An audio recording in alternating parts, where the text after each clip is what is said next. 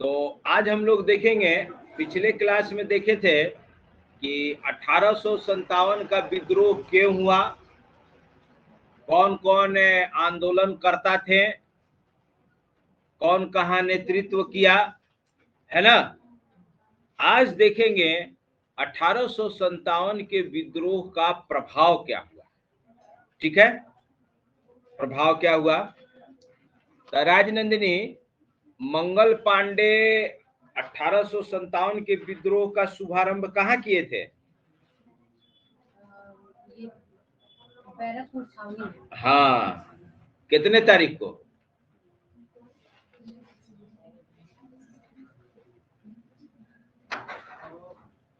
ले, क्या हो गोविंद, कितने तारीख को? मार्च में ना। हाँ, 29 मार्च में। Very good. लिखिए, 1857 के विद्रोह का प्रभाव।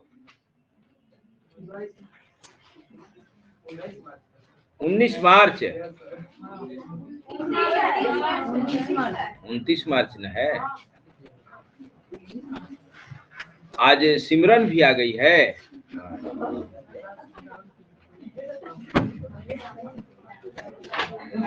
सबका लगता है होली सब रात बढ़िया गुजरा, सब बिता उता के चलो भाई अब पढ़ लिया जाए। लिखिए, नंबर 1, 1857 के विद्रोह के प्रभाव में नंबर 1, पहला, ईस्ट इंडिया कंपनी का, लिखिए, ईस्ट इंडिया कंपनी का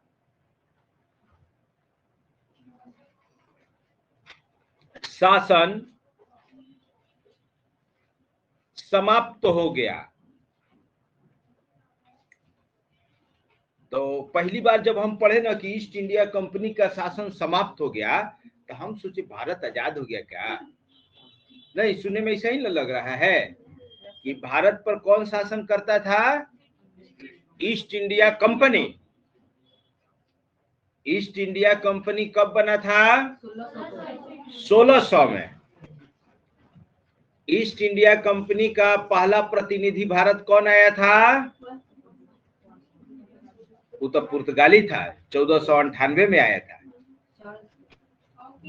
हाँ, हॉकिंस। किसके दरबार में? कब? 1608 में।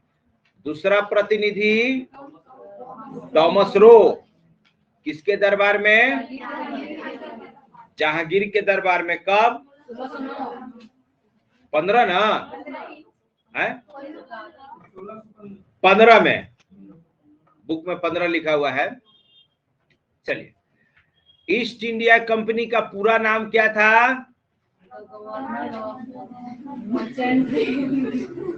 Trading into the east.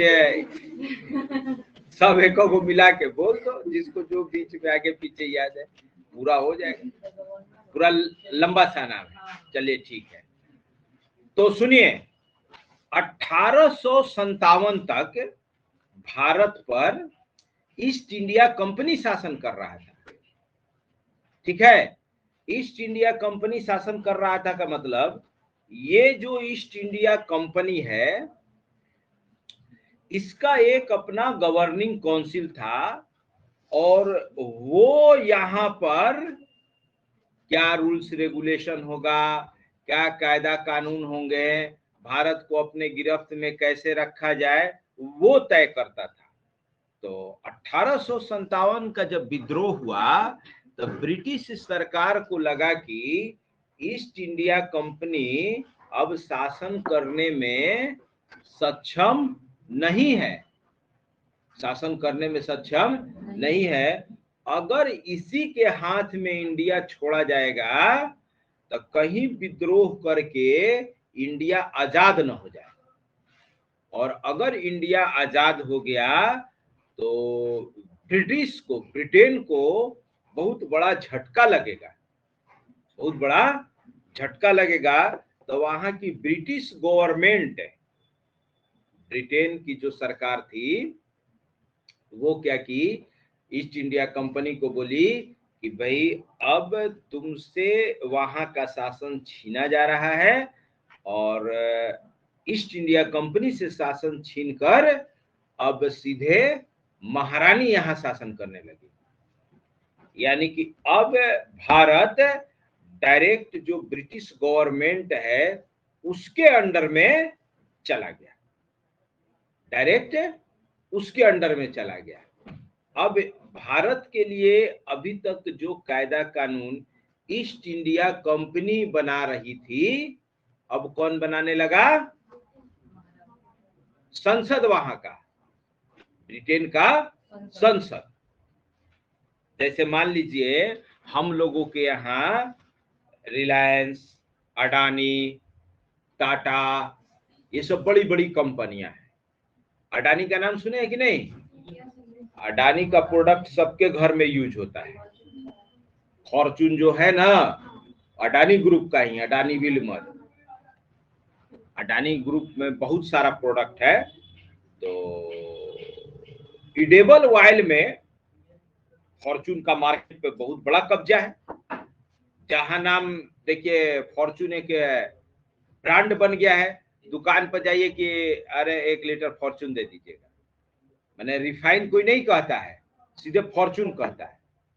Refine Fortune के अलावा अदर भी आता है ब्रांड का, लेकिन दूसरा कोई नहीं मांगता, सीधे फॉर्चून बोलता है। किसी को पता भी नहीं है कि वो अडानी का है। तो अडानी ग्रुप का ही, उस पर निकाल के देखिएगा। अब मान लीजिए ये इसी टाइप की कंपनी थी ईस्ट इंडिया कंपनी, जो लंदन की थी। जैसे ये बड़ी बड़ी कंपनियां हैं, अरबों अरबों में खेल रही हैं, इसी टाइप की कंपनी थी ईस्ट इंडिया कंपनी जो लंदन में थी। अब मान लीजिए अफ्रीका का कोई देश है, वहां अपना रिलायंस है, रिलायंस का पकड़ बहुत ज्यादा है। तो अब मान लीजिए वहां गवर्नमेंट अनस्टेबल है, तो रिलायंस क्या करेगा कि अब बिजनेस से हट के धीरे धीरे वहां के राजनीति में घुसना शुरू करेगा, अपने लोगों को जिताने लगेगा, वहां के धीरे धीरे राजनीति पर कब्जा जमाने लगेगा। तो इसी को कहते हैं उपनिवेशवाद, उपनिवेशवाद। अब ये मना हो गया है, अब ये मना हो गया कि कोई भी कंपनी राजनीति में प्रवेश नहीं करेगी, प्रशासन में प्रवेश नहीं करेगी, प्रशासन उस पर अपना नियंत्रण रखेगा। ठीक है। तो ईस्ट इंडिया कंपनी आके इस टाइप से भारत को अपने कब्जे में ले लिया। तो 1857 के विद्रोह के बाद ईस्ट इंडिया कंपनी का शासन समाप्त करके ब्रिटिश पार्लियामेंट इंडिया को अब डायरेक्ट अपने अंडर में ले लिया। तो सबसे पहला प्रभाव क्या हुआ कि ईस्ट इंडिया कंपनी का शासन समाप्त हो गया। इसका अर्थ ये नहीं है कि भारत आजाद हो गया, इसका अर्थ ये है कि अब यहां कोई दूसरा शासन करेगा। और कौन शासन करेगा? ब्रिटिश पार्लियामेंट अब शासन करेगा, ब्रिटिश गवर्नमेंट डायरेक्ट यहां शासन करेगा। ठीक है, लिखिए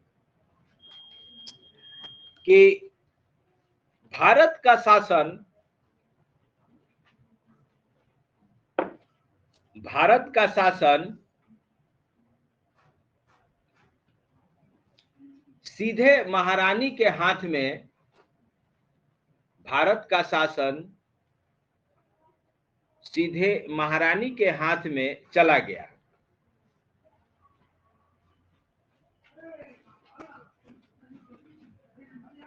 महारानी के हाथ में चला गया। दूसरा पॉइंट लिखिए, गवर्नर जनरल के पद को, गवर्नर जनरल के पद को समाप्त कर वायसराय का नया पद सृजित किया गया। वायसराय का नया पद सृजित किया गया। देखिए, ईस्ट इंडिया कंपनी जब भारत पर शासन शुरू की, तो यहां जो हेड होता था उसको कहा जाता था गवर्नर जनरल। मैंने इंडिया में जो सबसे बड़ा अधिकारी होता था उसको कहा जाता था गवर्नर जनरल। अब गवर्नर जनरल के पद को समाप्त कर दिया गया और अब वो जो सबसे हेड आदमी था वो कहलाने लगा वायसराय। ये जो वायसराय है अब सीधा रिपोर्ट किसको करेगा? महारानी को। और ये गवर्नर जनरल किसका आदमी था? ईस्ट इंडिया कंपनी का। गवर्नर जनरल किसका आदमी था? हाँ, ईस्ट इंडिया कंपनी का था। अब देखिए, ब्रिटेन में महारानी हो गई, ब्रिटेन में महारानी हो गई और महारानी के नीचे संसद। अभी जैसे हम लोगों के यहाँ बहुत सारे मंत्री हैं, गृह मंत्री, रक्षा मंत्री, कृषि मंत्री, कानून मंत्री, विदेश मंत्री, सब है ना। तो वहां ब्रिटेन के भी संसद में इस टाइप के मंत्री होते थे। तो एक अलग से बनाया गया भारत मंत्री जो भारत के मामलों का देखरेख करता था। ठीक है, तो पूछेगा कि गवर्नर जनरल के पद को कब समाप्त किया गया? तो 1857 के विद्रोह के बाद 1858 में भारत सरकार अधिनियम आया, उसके तहत अभी वो सब लिखवाएंगे। और वायसराय का पद कब सृजित हुआ? तो वही खत्म हुआ, ये शुरू हुआ। गवर्नर जनरल और वायसराय में क्या अंतर हो गया? गवर्नर जनरल कंपनी का आदमी है। गवर्नर जनरल किसका आदमी था? कंपनी का। और वायसराय महारानी का। ठीक है, और आदमी वही है। जब विद्रोह हुआ था तो कैनिंग गवर्नर जनरल था। कौन था? कैनिंग।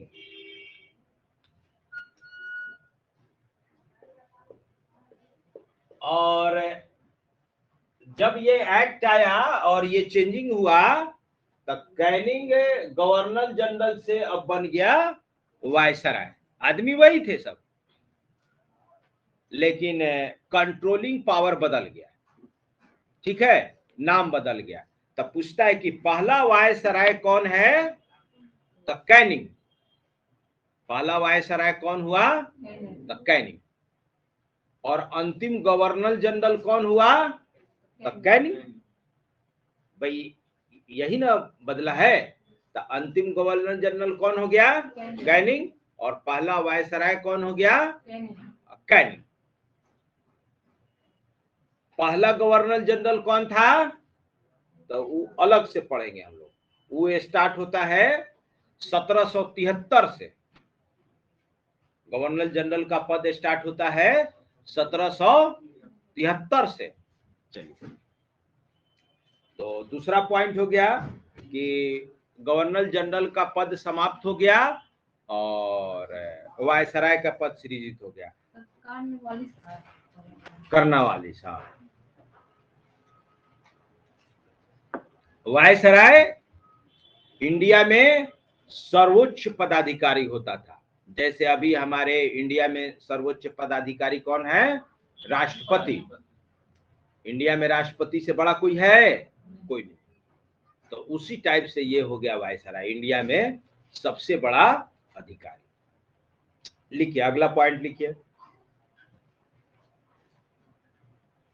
क्षेत्रीय विलय की नीति त्याग दी गई या हड़प नीति त्याग दी गई।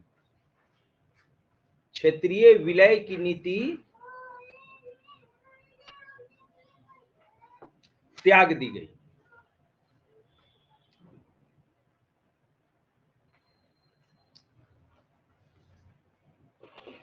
देखिए, मेन जो विद्रोह हुआ, आप लोग देखें कि विद्रोह में जितने रजवाड़ा शामिल हुए सब कौन थे? जिनकी रियासतें हड़पी गई थी, झांसी हो, लखनऊ हो, ग्वालियर हो, है ना, आरा हो, कि जिनके रियासतें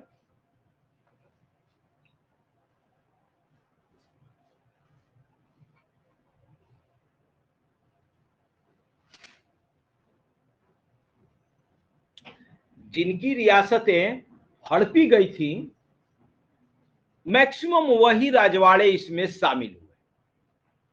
तो अंग्रेज कहा कि अरे भाई, जमीन पर कब्जा जमा के क्या करोगे, वहां घर दुआर थोड़ी बनाना है, बसना थोड़े ना है।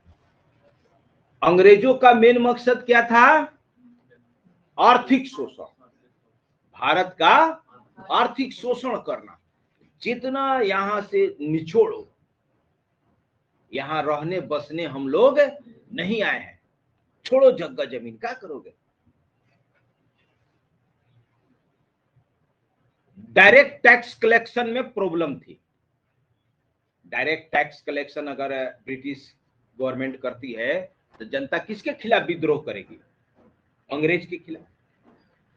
अब अंग्रेज नीति अपनाया कि रजवाड़े के कंधे पर रखकर बंदूक चलाओ, खुद मत जाओ टैक्स कलेक्ट करने। जो रजवाड़ा है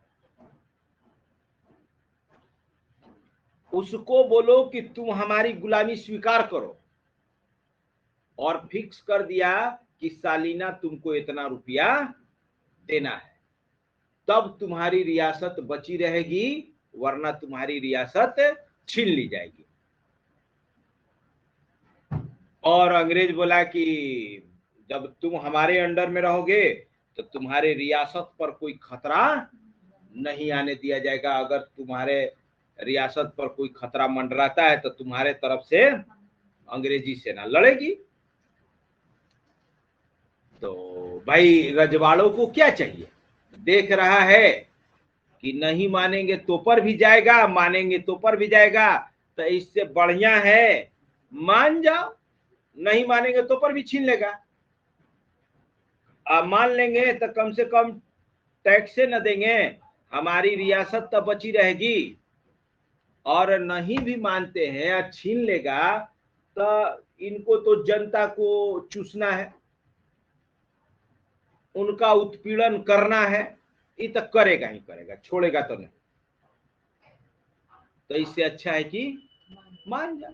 लड़ के जीत नहीं सकता था, इतना ताकत था नहीं, और सारे रजवाड़े में एकता भी नहीं था कि मिल के लड़े। ये तो 1857 के विद्रोह में एक साथ लड़ा, एक साथ नहीं है लड़ा, सब अपना अलग अलग लड़ रहा था। एक साथ लड़ता भी तो अंग्रेज हार जाता, सब अपना अलग अलग जैसे तैसे लड़ रहा था, कोई प्लानिंग इनमें नहीं था। ठीक है, तो क्षेत्रीय विलय की नीति त्याग दी या हड़प नीति त्याग दी का क्या मतलब हुआ कि अब साम्राज्य जीतने का कॉन्सेप्ट छोड़ दिया। आज सबको कहा कि हमारी अधीनता स्वीकार कर लो, अपना टैक्स फिक्स कर दिया कि इतना टैक्स चुकाना है। ठीक है, तो हड़प नीति कौन लाया था? राजनंदिनी डलहौजी। गुड, ज्यादा दिन हड़प नीति नहीं चला, 1950 से 56 था शायद डलहौजी, नहीं 48 से 54 था, 48 से 56 था, हाँ 48 से 56 था। 56 में कैनिंग आया ही है, तब तक ही सब होने लगा। चलिए अगला पॉइंट लिखिए। धर्म में हस्तक्षेप की नीति त्याग दी।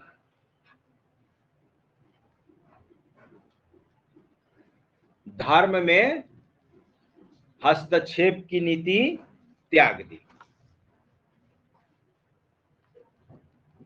धर्म में हस्तक्षेप की नीति त्याग दी, इसका क्या मतलब है कि सुनिए, उसी समय आप लोग शायद अभी तो पढ़े नहीं होंगे, पढ़िएगा। राजा राम मोहन राय का नाम सुने होंगे। राजा राम मोहन राय, दयानंद सरस्वती, विवेकानंद, सब सुने हैं ना। ये लोग कौन थे? समाज सुधारक थे। समाज सुधारक थे। समाज सुधारक मतलब समाज में जो व्याप्त कुरीतियां थी, बुराइयां थी, उनके खिलाफ ये लोग आवाज उठाए। जैसे धर्म में विभिन्न प्रकार की गलत सलत परंपराएं थी, खास करके स्त्रियों से संबंधित। विधवा पुनर्विवाह नहीं करने देते थे, स्त्री को शिक्षा देना अलाउ नहीं था, बाल विवाह प्रचलित था, स्त्री को मंदिर में प्रवेश से रोका जाता था, कई तरह की पाबंदियां थी स्त्रियों पर। उसी तरह से दूसरी जो सबसे अन्य वो थी जाति प्रथा, उच्च जाति और निम्न जाति। और तो और जो एक था सती प्रथा, जिसके खिलाफ है राजा राम मोहन राय आवाज उठाए थे, सती प्रथा। अंग्रेज बोले कि अरे ये सब जो बातें हैं सब बेतुका है, बेमानी है, और ये सब ना सभ्य मनुष्य को शोभा नहीं देता है, ये सब समाप्त करो, ये सब समाप्त करो। तो अंग्रेज इन सबों को समाप्त करने के लिए कानून बनाने लगे। तो जो रूढ़िवादी हिंदू थे वो समझे कि अरे लगता है ना हम लोगों का धर्म भ्रष्ट करने वाला है, हम लोगों का धर्म भ्रष्ट करने वाला है, धीरे धीरे ऐसे ऐसे करके और सबको ईसाई बना देगा, सबको ईसाई बना देगा। और दूसरी सबसे बड़ी चीज, ब्राह्मण सब सोचने लगा कि अरे इतना लगता है कि हम लोगों का पूरा पंडिताओं गायब करवा देगा। इसी से उन लोगों का समाज में वर्चस्व था, इनकम था, खान पान था। तो जो ब्राह्मण थे उनको लगा कि ये तो पूरा हम लोगों का हजारों साल से जो रोजी रोजगार और हम लोग अपना साम्राज्य खड़ा किए हुए हैं, ये सब ये कर। तो जितने रूढ़िवादी हिंदू थे वो सब इसके खिलाफ हो गए, अंग्रेज के खिलाफ हो गए, और विद्रोह में वो लोग भी साथ दिए। तो अंग्रेज बोला आंदोलन के बाद कि भाई तू लोग जो करना है करो, अब अंग्रेज तू लोग धर्म के मामले में बोलने वाला नहीं है। राजा राम मोहन राय खुद ब्राह्मण थे, राजा राम मोहन राय खुद ब्राह्मण थे, और राजा राम मोहन राय सती प्रथा के खिलाफ क्यों लड़ाई लड़े पता है? उनके भाभी को जलाया जा रहा था, उनके भाई साहब की देहांत हो गई और उनके भाभी को जलाया जा रहा था, तब ये आवाज उठाए, अब पुलिस को बुलाए और नहीं जलने दिए। तो सब कोई अपना ही कहा कि ये मैंने धर्म के खिलाफ काम कर रहा है, समाज के खिलाफ काम कर रहा है, और उसका मैंने राजा राम मोहन राय का सामाजिक बहिष्कार कर दिया लोग। तो अब चूंकि राजा राम मोहन राय को अंग्रेजों का समर्थन मिला हुआ था, पीछे अंग्रेज थे, इसलिए कुछ नहीं हुआ।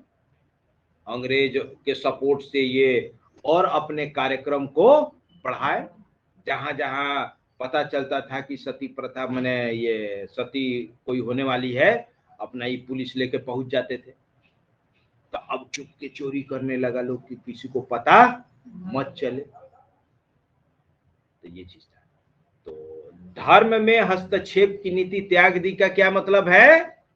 अंग्रेज हिंदू में जो रीति रिवाज परंपरा थी, बोला कि ठीक है जो मर्जी है करो, हम लोगों को मतलब छोड़। क्यों छोड़ दिया? क्योंकि देखा कि ऐसा करने से जो रूढ़िवादी हिंदू वही ना, उन्हीं का वर्चस्व ज्यादा था, वही ना अमीर थे, पंडित ही ना पहले अमीर थे, समाज पर दबदबा उन्हीं का न था। तो देखा कि भाई ऐसा करने से ये खिलाफ हो रहे हैं, इसलिए छोड़ दिए। ठीक है, आइए आगे लिखिए। आप लोगों को ना अलग से एक चैप्टर पढ़ना है, सामाजिक सुधार आंदोलन। सामाजिक सुधार आंदोलन पढ़ना है, हालांकि 12th वाले में नहीं है। चलिए अब लिखिए अगला पॉइंट कि सेना में संशोधन किया गया। लिखिए सेना में संशोधन किया गया, तोपखाना पूरी तरह है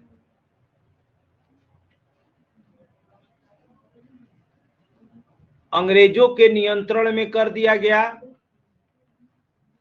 तोपखाना पूरी तरह अंग्रेजों के नियंत्रण में कर दिया गया।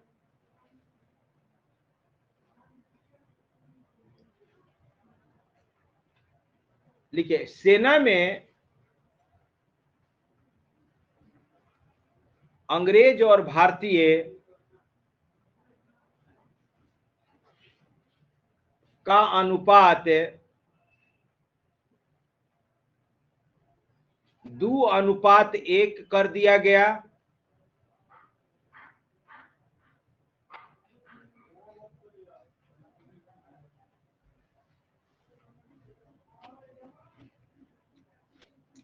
अगला पॉइंट लिखिए सांप्रदायिक भेदभाव की नीति अपना ली गई।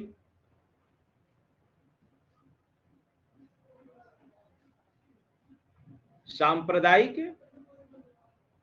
भेदभाव की नीति अपना ली गई।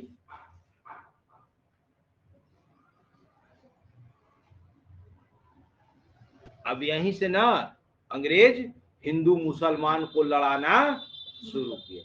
अब अंग्रेज देखा कि अरे ये तो पूरा मिलजुल के सब आपस में रह रहा है, तो बोला कि यहाँ शासन करना है तो पहले यहाँ के लोगों को तोड़ो, आपस में लड़ाओ। ये सब जब आपस में लड़ेगा तो हम लोग शांति से रहेंगे, नहीं ये आपस में मिल जाएगा तो मिल के हम लोगों के खिलाफ लड़ेगा। तो इसलिए इनको भारतीयों को आपस में ही भिड़ा दिया। आगे लिखिए भारतीय प्रदेशों को जीतने के स्थान पर, हाँ नहीं अगला पॉइंट, भारतीय प्रदेशों को जीतने के स्थान पर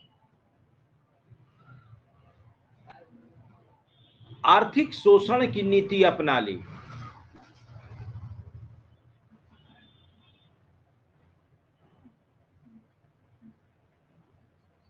आर्थिक शोषण की नीति अपना ली, पहले ही समझा चुके कि अब जितना छोड़ दिया। और चलिए अब हेडिंग दीजिए 1857 के विद्रोह के असफलता के कारण, क्यों असफल रहा। लिखिए 1857 के विद्रोह के असफलता के कारण।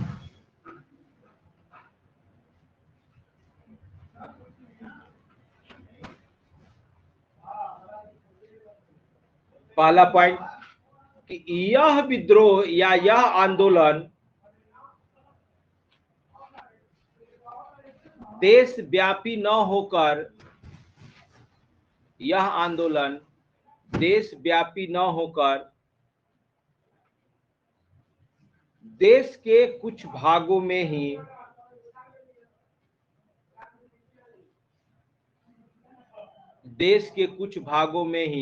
सीमित था।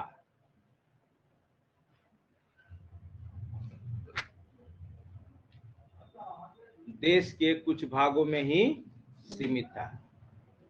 इसका मतलब कि ये जो आंदोलन हुआ पूरे देश में नहीं फैला, मैक्सिमम ये उत्तर भारत में रहा, दक्षिण भारत में ये आंदोलन नहीं पहुंच पाया। ठीक है, अगला इसी में लिखिए अर्थात, लिखिए अर्थात इस विद्रोह का प्रसार अर्थात इस विद्रोह का प्रसार पूरे देश में न होकर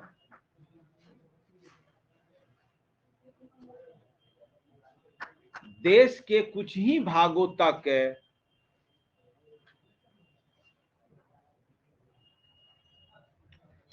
सीमित था।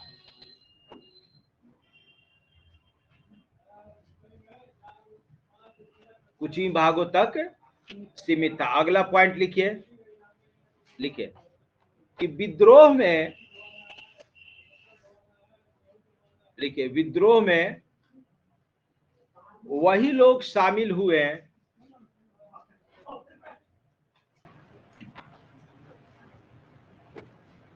कि इसमें वही लोग शामिल हुए जो अंग्रेज की नीतियों के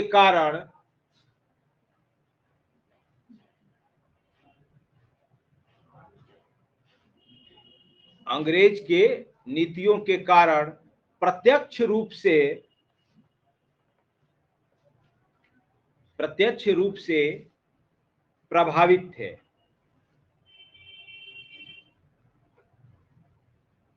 जैसे देसी रियासतें, किसान,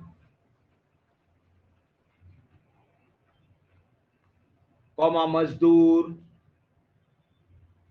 इत्यादि।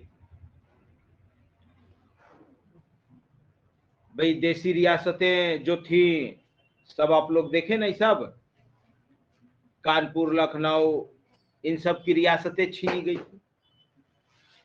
किसान भी जहां तहां इस विद्रोह में साथ दिए और जो जमींदार थे या अंग्रेज समर्थक थे उनके बही खाता को आग लगाया। गलत सलत तरीके से उनकी जमीनें हड़प लिया था, उल्टा सीधा ब्याज दिखा के।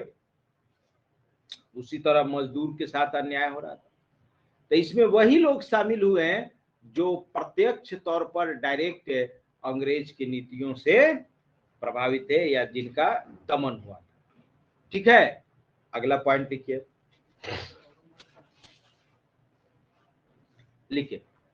विद्रोह को दबाने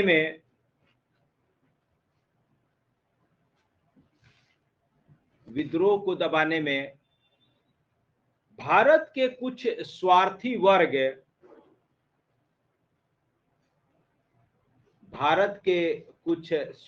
वर्ग या वर्गों ने अंग्रेजों का साथ दिया।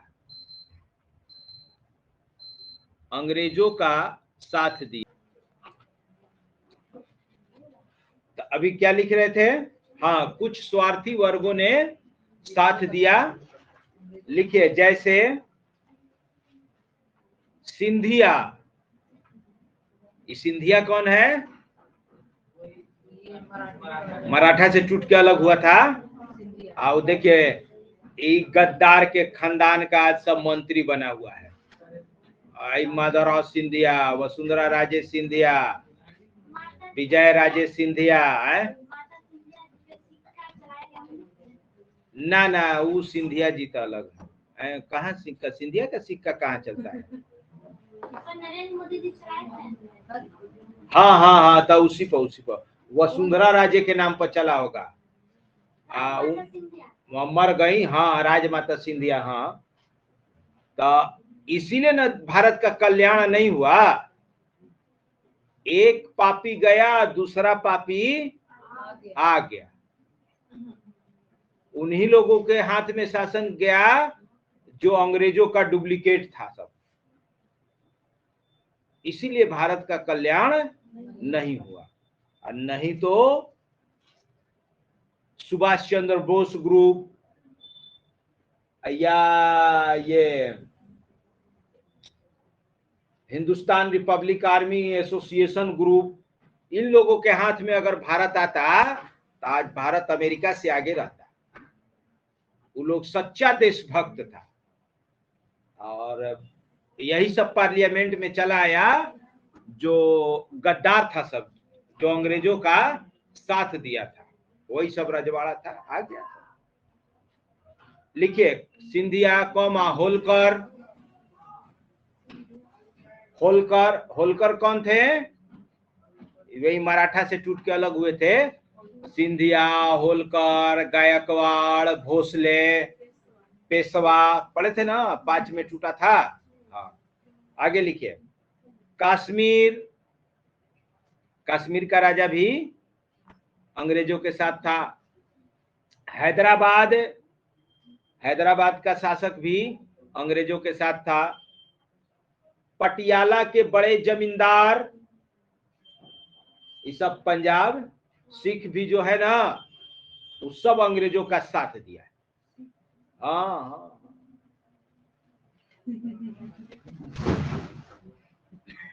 राजनंदिनी तो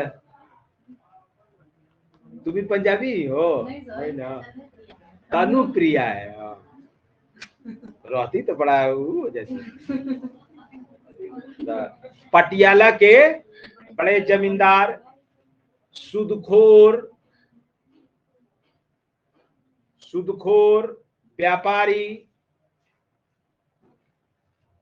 सूदखोर क्यों दिया साथ? सूद पर पैसा देता था, 1 का 100 बनाता था। किसान पर जुल्म करता था, 2 पैसा, उसका जमीन हड़पता था। सपोर्ट किसका रहता था? अंग्रेज का। पहले 4 आना बहुत था, तो बताता है लोग, कनीराम का धर्मशाला है ना, तो धर्मशाला नहीं कहते हैं कनीराम धर्मशाला, ये पक्का गद्दार आदमी था। ये धर्मशाला किसके लिए बनता था? अंग्रेजों को ठहरने के लिए हर जगह बनवाए हुए था।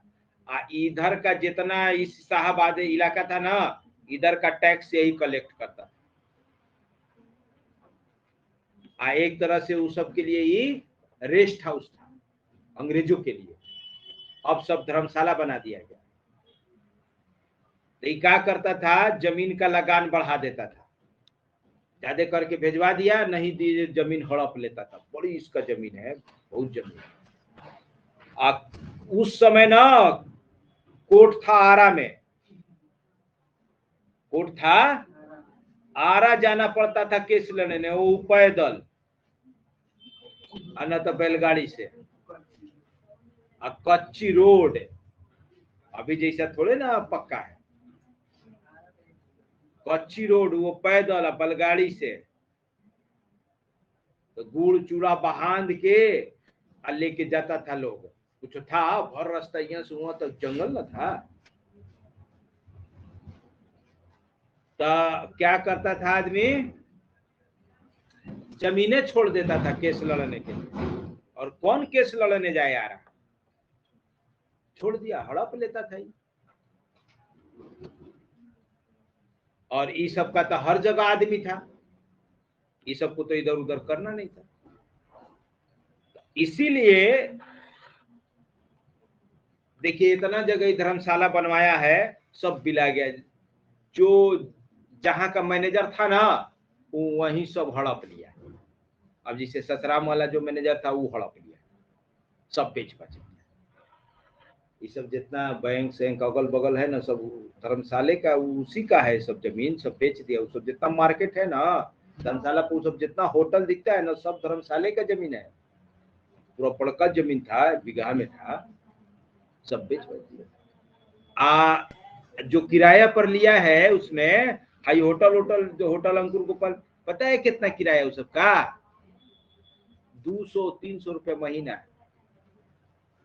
दुकान का था 8 आना 1 रुपया था महीना, बढ़ते बढ़ते 4-5 रुपया हुआ होगा। हाँ, ऐसे था। अभी भी बहुत कम किराया लगता है। अब तो बेचने का अधिकार भी ले लिया है, सब बेच दे रहा है एक पार्टी से दूसरा पार्टी। तो पहले जो हड़पा हड़पा पहले से जिसका परिवार उसमें दुकान उकान चलाता था, वो सब हड़प लिया। आइए, तो ये लोग अंग्रेजों का साथ दिए। ये कहा जाता है कि अगर ये भारतीय सब अंग्रेजों का साथ नहीं देते तो इस तूफान में अंग्रेज कहां उड़ के जाते कुछ पता नहीं। अगला पॉइंट लिखिए।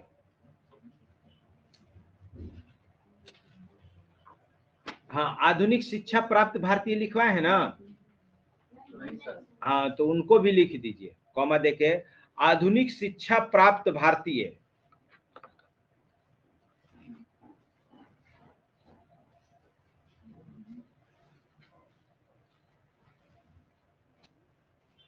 आधुनिक शिक्षा प्राप्त भारतीय का मतलब नया नया जो अंग्रेजी पढ़ा था ना, वो सब अंग्रेज का नीति था कि ऐसा शिक्षा नीति ले आओ इंडिया में कि सकल सूरत से भारतीय हो लेकिन सोच से अंग्रेज हो जाए। तो ऐसा सिखा पढ़ा दिया, माइंड वॉश कर दिया कि उनके दिमाग में बैठा दिया कि अगर भला चाहिए तो अंग्रेजों की सत्ता स्वीकार करो, और अंग्रेज यहां भारतीयों के भलाई के लिए है। अंग्रेज ही भारत का भला करेंगे, यही कल्याण करेंगे। कसीरा क्या कर रही हो? कौन कल्याण करेगा? भारतीय करेंगे, अंग्रेज का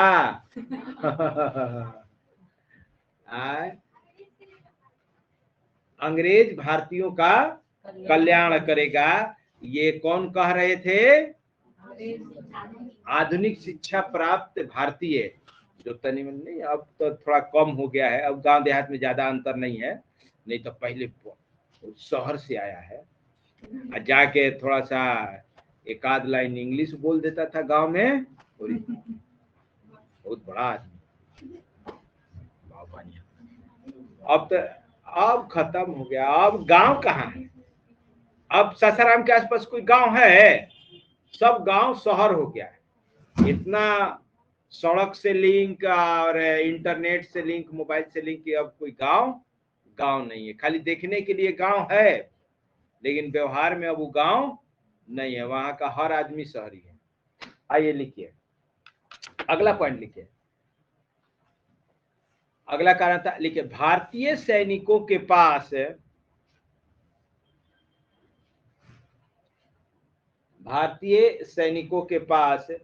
परंपरागत हथियार थे। भारतीय सैनिकों के पास परंपरागत हथियार थे, जबकि अंग्रेजों के पास अत्याधुनिक हथियार थे।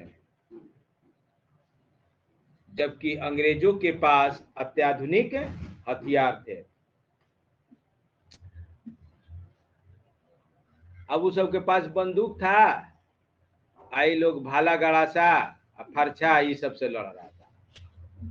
ये अभी इधर से जय माँ काली कहे तली धाए से आके गोली लगे जा अभी लोग है अपना नारा लगाए कि डरवाए, अब बंदूक मार देता था, काम खत्म। अगला लिखिए, भारतीय नेताओं में अच्छे संगठन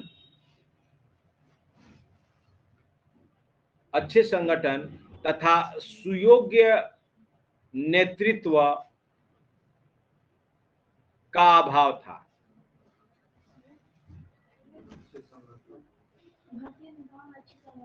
तथा सुयोग्य नेतृत्व माने अच्छा नेतृत्व करता। हाँ, हम क्या बोले हैं? नेताओं में कह दिए हैं, नहीं तो भारतीय सेनाओं में नेता अभी कहाँ आएगा? नेता मदारी तो आधुनिक भारत में 1900, हाँ 1900 से आता है सब। भारतीय सेनाओं में अच्छे संगठन तथा सुयोग्य नेतृत्व का अभाव था। अब देखिए था क्या, इधर देखिए कि जो भारतीय रजवाड़े थे एक तो सब बिखरे हुए थे, सबकी सेना अपना अलग अलग था, सबकी सेना का अपना नियम अलग था। अंग्रेज जितना था सब एक झंडा के नीचे था, चाहे वो बिहार में हो और चाहे केरला में हो, अंग्रेज तो अंग्रेज। अब यहाँ कोई विद्रोह हो तो अब दूसरा कोई राजा इसको साथ देने नहीं आता था, लेकिन जैसे ही बिहार में कोई विद्रोह होता था कि सब केरला तमिलनाडु जहां जहां अंग्रेजी सेना है सबको बुला लिया जाता था। तो ये लोग में एक ऑर्गेनाइजेशन था, ये लोग में कोई ऑर्गेनाइजेशन नहीं था, कोई प्लान नहीं था, कोई प्लान नहीं था। आगे लिखिए, लिखिए। हाँ, अगला पॉइंट कि विद्रोहियों के पास सुनिश्चित कार्यक्रम का अभाव था। सुनिश्चित कार्यक्रम का अभाव था। सुनिश्चित कार्यक्रम का अभाव था का मतलब इनका कोई अपना खास प्लानिंग नहीं था। लिखिए, अर्थात विद्रोही किसी निश्चित कार्यक्रम के तहत न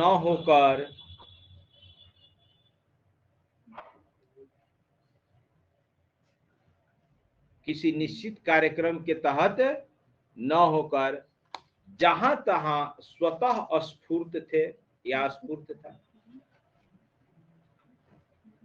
न होकर जहां तहां स्वतः स्फूर्त था। चलिए, ये खत्म। 1857 का विद्रोह